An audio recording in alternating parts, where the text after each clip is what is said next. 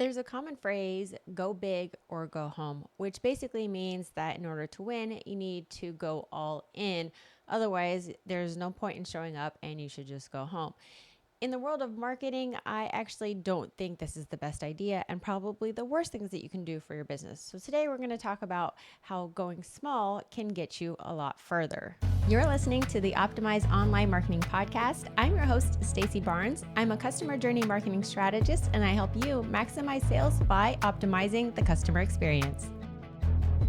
So there is something that I find common amongst a lot of people who are in the online marketing space, and it's that they want to get tons of students or members inside of their program right off the bat. They want to do this big launch and have hundreds of students inside of the program or thousands of students inside of their membership.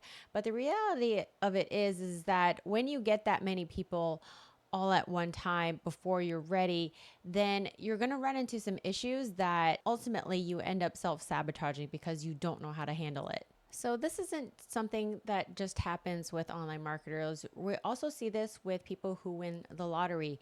They are broke one day, they're working a job, they're 9 to 5 or whatever it is. And then the next thing that you know, they have this giant infusion of cash into their life. Suddenly, everything that they once knew is now completely different. And as a result, some people who weren't great with money to begin with are now even worse. They start spending all of that money rather quickly, not realizing how quickly that money is evaporating. And next thing you know, they not only become broke, they become bankrupt, or even worse, they go into debt. So part of the reason why lottery winners tend to go bust rather quickly is because they haven't established good financial habits. They haven't really established the habit of balancing a budget. They don't know how to save most of the time. And the reason I'm saying this is because the people who are inclined to buy lottery tickets are typically those who are not responsible with money to begin with. And that's not to say people who buy lottery tickets are irresponsible with money. That's not what I'm saying. But those who rely on lottery tickets in order to get this whole lifestyle change probably are looking for a shortcut in life. They're not looking to establish good financial habits. They're not looking to balance their budget. They're looking for a quick fix to a desperate situation. Similarly, with an online business, we're hoping that our online business is going to take us away from our 9 to 5.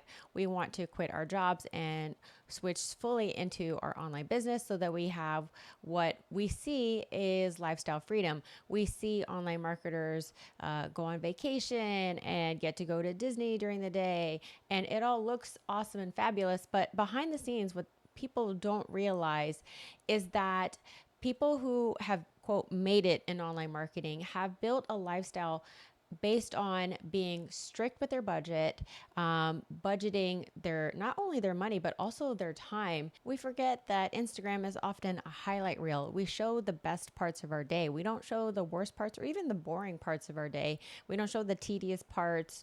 And even those that claim to show the boring and tedious, they're not showing every minute of every single day. What you don't see is this time spent writing content. What you don't see is the time writing emails, answering emails, creating videos like this behind the scenes, like the amount of cuts and edits I have to make this video. You have no idea how many times I have cut and had to re-record. What you also don't see is the amount of work it took for them to get there. Right now, you'll probably see them at the beach, on vacation, going here or there, and it looks fun and exciting.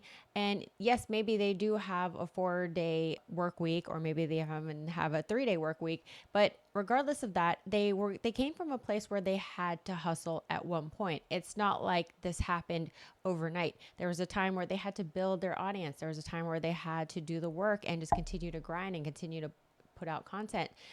You don't get to shortcut that. There are very few people who get to shortcut that. And even when they do, even when some of it is handed to them, there's still amount of hard work that goes into creating content. And so what a lot of people end up wanting to do is gamble everything in order to get the lifestyle that they perceive to be easy. And really, there is no shortcut. You need to learn the lessons, and you need to learn the lessons gradually. Unlike the lottery winner who goes from having no money to having a ton of money. The reason why they burn through that cash so quickly is because they haven't had the time to build the skills necessary in order to manage that income. Similarly, when growing a business, you need the skills to manage the business. You need the skills to even handle just one person, just one member joining. Do you even have that in place? And then once you handle one member, can you handle 10? Can you handle 100?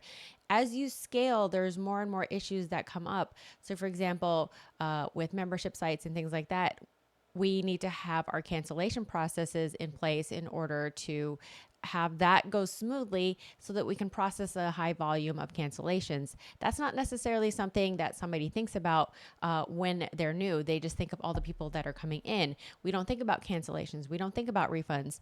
But if you happen to have like 100 people asking for a refund all at the same time, your brain suddenly just freezes up because it's like, oh, you've never had to do a refund before. Do you even know how to do that? One of the things that I enjoy doing is hosting events for K-pop fans. And I did this back in San Diego, and I hosted my first cup sleeve slash vendor market. I'm going to call it a vendor market because I think most people are more familiar with the term vendor market. It's kind of like a little farmer's market, but for specific vendors. So back in, I want to say, was it 2023? Beginning of 2023. I hosted my first K-pop vendor market. And with this, I only had 4 vendors. Originally, I had planned it for 6 vendors. And then just looking at the space, it was just easier to have fewer vendors. Let me just pause real quick, or at least insert this little tidbit of information is I've hosted vendor markets before. They were for artisans, people who sold on Etsy, and it was kind of like a live Etsy market. And I've hosted a few of those before back in San Diego. And then a few years later, I shifted into the K-pop vendor market space. And so I've had experience with vendor markets, but I wasn't familiar with the K-pop vendor market style of doing things. Also, it had been a few years since I hosted the original market, so I wanted to see kind of what has been different in terms of hosting a vendor market in general. So, yeah, in February, I decided to host this little mini vendor market because I had a bigger one planned in June. There was a different organization that used to host the vendor market in June, but they could no longer do it. So I volunteered to host that one. And because I've had experience in vendor markets before, I was selected pretty quickly. So I didn't want to jump back in, having not doing vendor markets for a while. I didn't want to jump in and do this giant 2-day market with 20 plus vendors. I wanted to start off small. So instead of just planning just for the June market, I decided to host a smaller one in February to kind of test the waters a little bit. And again, I started with 4 vendors so I could just kind of get my processes back into place, the process of vendor applications, vendor selection, and then move into advertising the market and getting people to show up. So in hosting the smaller market, it allowed me to really get my processes in place. It allowed me to start creating the vendor application forms for the June market. It helped me figure out the process and the best way to accept and decline vendor applications. It allowed me to also, most of all, get to know the community and really kind of establish a bit of trust before I really dove into the very first June market. By the time I hosted the June market, I was already familiar with some of the vendors in the area. I've established a rapport with them. I've established a rapport with some of our volunteers who then also showed up for the June market as well. And I don't think the June market would have gone as well if I did not host the smaller February pop-up vendor market. So I see sometimes that people get upset when there's only 2 people that join or only 5 people that join. And they're like, what happened? What's wrong? Why did my launch fail? And really what happened was that your launch didn't go the way that you expected it to. And it's okay to grieve that loss. It's okay to feel all the feels. But at the end of the day, what were the lessons that were learned from that launch? During this launch, you've learned that this thing converts really well and this thing doesn't. You've learned that when you talk about this happens, but when you talk about this, something else happens. That way, the next time that you launch again, you know what to do better for the next time. Now, if I had decided to not do the smaller vendor pop-up and just went straight into the June the June vendor market, what would have happened was all of the issues and problems that I had in the February pop-up market would have been tenfold in the June market. And I would rather fail on a small scale than fail on such a big scale. I want to repeat that because it's very important. It's better to fail on a smaller scale than it is to fail on a much bigger scale. Let's say you've created a program and you put out the sales page and you've had 10 people buy, and then one person asks for a refund. That's a 10% refund rate, which is not great by any means. But imagine that you now have 1,000 people and you get 1,000 people to buy, but now you have 100 people asking for a refund. That's still 10%, but that's 100 people still asking for a refund. Failing is better when you have one person ask for a refund rather than 100. It would have been better for you to learn the lesson as to why that one person demanded a refund, as opposed to now there's 100 people asking for a refund. Do you have the systems in place in order to, one, to handle that, and two, if you had learned the lesson as to why the person before was asking for a refund, you could have fixed that. Maybe the reason that person asked for the refund was because they weren't the right fit or they had different expectations, in which case you probably could have just changed the copy on the sales page and could have prevented that refund in the first place, or had written better copy to attract the right person instead. But let's say you don't do that mini launch and instead you just decide to go really big and you use that same copy where there was that one person who asked for the refund. But now instead of learning that lesson, because you hadn't done the small launch, you just went ahead with this sales page copy and you go ahead with your launch, and now you've got 1,000 students, but now you also have 100 refunds of the same issue, that these people aren't the right fit. And you could have realized that this was an issue if you had just started smaller and tweaked the copy and the sales page in the first place, rather than going big on this launch, running tons of ads, getting thousands of people in the doors, only to find that there's a huge chunk of people who aren't the right fit. So some of you may be looking at this as a win. Well, we did a launch and we still had 900 people in the doors. But what you're missing is that you have not processed a refund before. You have not done it before. You don't know how to do it because you've never done it before. And now your day is shot because you are sitting, going line by line, issuing a refund for every single person who decided to ask for one. Doing that 100 times manually is very defeating. Doing it one time manually, it sucks, but you get over it. You learn the lesson, and you learn the lesson so that it doesn't happen again. And you put systems in place to prevent that from happening again. So that's what I mean by it's better to learn the lesson when the stakes are small than to learn this lesson when the stakes are high. I recently had to sell some shirts for an event, and I'm so glad I caught this mistake early on, because if I had caught it later, it would have been an issue. But yeah, the payment processor overcharged the customers more than they should have for the shirts, and I had to go back. Thankfully, it was only, I think, 15 people who bought at the time. I think it was 15. I had to manually process 15 partial refunds for that overcharge.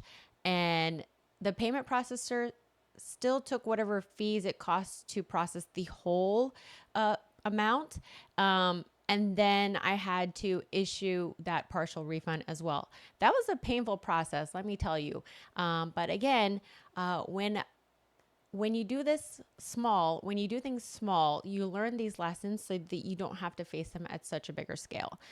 So yes, I'm grateful that I had all of those orders, but also I still had to issue 15 refunds manually.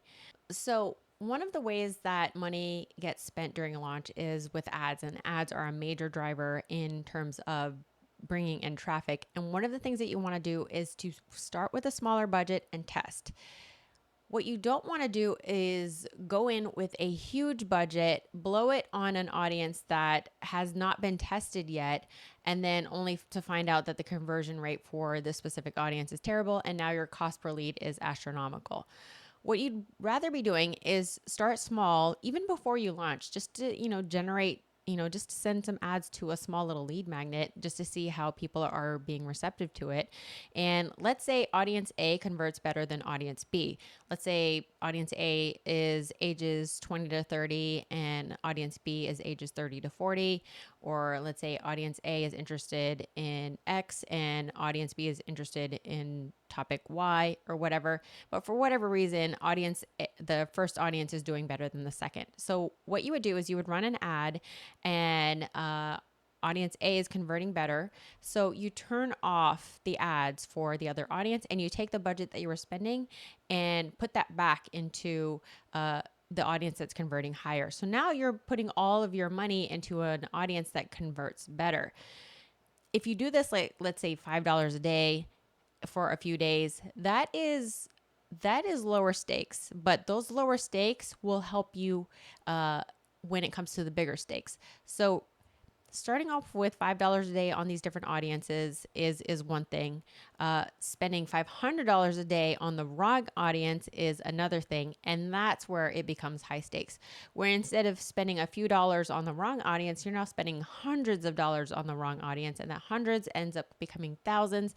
And next thing you know, you've just spent thousands of dollars wasted on an audience that is not receptive to your marketing. That is looking at mistakes in terms of dollars. Now, you're like, well, I don't have $500 to blow on Facebook ads.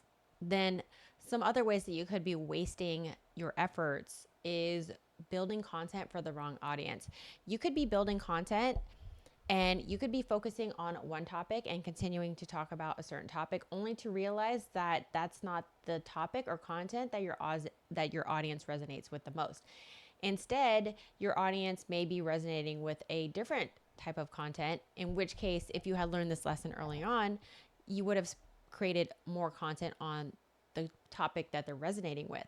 So in the world of online marketing, it's more important to start small and give yourself the longer runway to build up to your launch than it is to go big and eventually come crashing down in a big ball of fire. Yeah, that sounds ominous. It's because it is. So I was debating whether or not to leave that last bit in there. I think I'm going to leave it. I think that sounds fair. It really is ominous because the more that you put into something, the higher your investment, the bigger the fall. Like, this is not a TV show. This is not a game show. This is real life. This is your money and your time. Even if you're not spending a ton of money, you are spending your time investing in this business. And the more that you can conserve time or money, the better it is for you in the long run. Now, if you want to do a smaller launch, if you want to start small, if you want to get your business off the ground without burning a ton of cash and burning a ton of time and money, then I invite you to join us for the Optimized Offer Oasis. This is a smaller program inside of my membership. All you have to do is join the membership.